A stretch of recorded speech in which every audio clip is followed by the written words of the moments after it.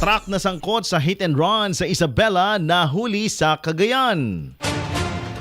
Nahuli ng mga tauhan ng Amulong Police Station ng isang truck na sangkot umano sa insidente ng hit and run sa Cabanatuan, Isabela na nagresulta sa pagkasawi ng isang individual.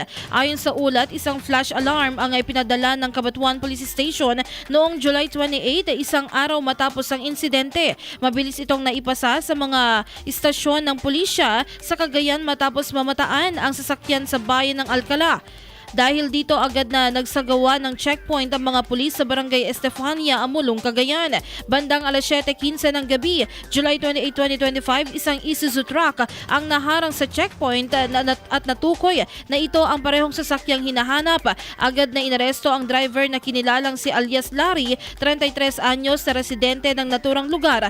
Napag-alaman rin nga ang truck ay hindi nakarehistro sa kanya. Bunga ng pagkahuli ng suspek ang maagap na koordinasyon ng mga otoridad alinsunod sa kampanya ng PNP laban sa mga paglabag sa batas trapiko at mga insidenteng nagdudulot ng panganib sa kaligtasan ng publiko. IFM News.